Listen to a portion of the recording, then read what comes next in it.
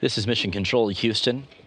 The space station itself has hundreds of experiments going on board at any one point in time during these expeditions. But did you know that there's an experiment on board that takes a look at a special classification of water? Because water sometimes can be neither a solid, liquid, or a gas.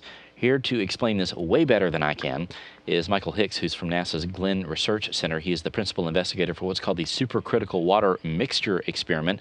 Mr. Hicks, thank you very much for joining us. First of all, let's talk about what supercritical water actually is. Hi.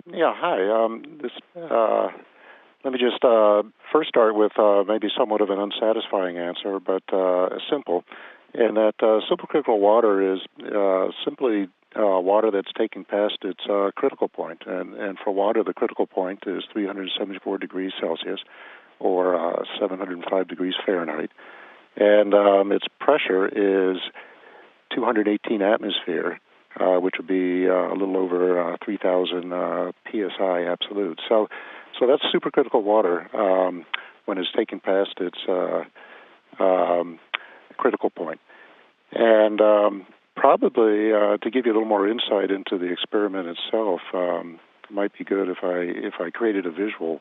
If you could imagine taking a pot of water, and we put that we fill that pot of water with maybe about a quarter full, and we put a lid on it, and we heated it up. The pressure would build up, and the pressure would not build up as fast as the temperature would, and eventually you would develop a vapor, which would then turn to a gas once you pass the critical point. And then when you compress that gas further, it would go into the supercritical range. And we have the same thing on the other side. If we filled up the pot with, let's say, 50% water, then you would increase if you heated it up and increased the pressure, the pressure would build up. Eventually, the pot would fill with water, and because the pressure would condense whatever vapor was in there, and you would then cross over into the supercritical range. But the problem with that is that you really wouldn't be able to see exactly when you crossed over to the supercritical regime, because the pot in those instances would be filled either completely with vapor or completely with liquid, just because of the nature of where we started at.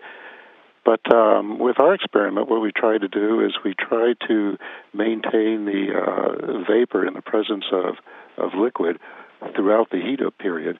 So as we're heating up this pot of water, we actually have two phases, the vapor phase and the liquid phase, all the way up through the critical point. And in order to do that, you have to fill this pot of water with exactly the proper amount of vapor and liquid. And so that's roughly about 1/3 liquid and 2/3 vapor. And at that point, then you cross right through the critical point, and you can actually visually determine when you get to the critical point by looking at the disappearance of the separation between the vapor and the liquid, which would be the meniscus. So that, in essence, is the experiment that was performed about 4 years ago by our French colleagues. And what we are doing now with the supercritical water mixture experiment is we put a small pinch of salt in this water. We're actually using sodium sulfate, and we put that in solution, and we then heat it up. We then cross the critical point, and we're looking at when this critical point shifts, because our critical point will change a little bit because of the presence of the salt in the water. So that, in essence, in a nutshell, is the experiment that we're performing.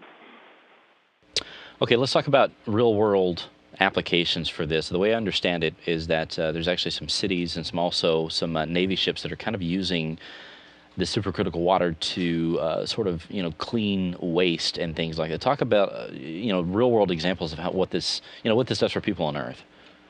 Yeah, one of the great advantages of supercritical water is that it becomes a terrific solvent for organic material, organic waste. And this is because of this change in material properties or thermophysical properties when it goes into its supercritical regime.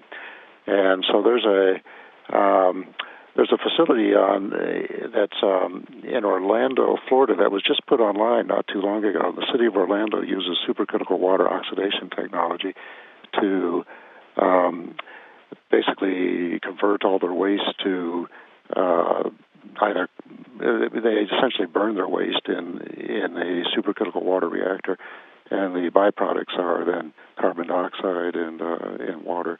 So it's a relatively benign product stream once they take this supercritical water waste stream and oxidize it. So what's next? I hear that you guys have another run of this experiment coming up, I think in March, maybe, or whenever it's going to be. So what are the next steps? Well, the next step would be to basically repeat the test that we had already done in July, and that's coming up in March. And so March 3rd, we're scheduled for an 18-day test sequence, and we'll have another test sequence after that, probably in April. So starting in March, we'll become busy again with this experiment. All right. Michael Hicks from NASA's Glenn Research Center, thank you very much for joining us here on Space Station Live. You're welcome. Thank you for your interest. Thank you. Again, that is the Supercritical Water Mixture experiment. Of course, you can read more about that on nasa.gov/station. Just take a look at research and technology there on the left-hand side, and you can look up pretty much anything that these expedition crews are working on a day-to-day basis, or you can look up the science in alphabetical order.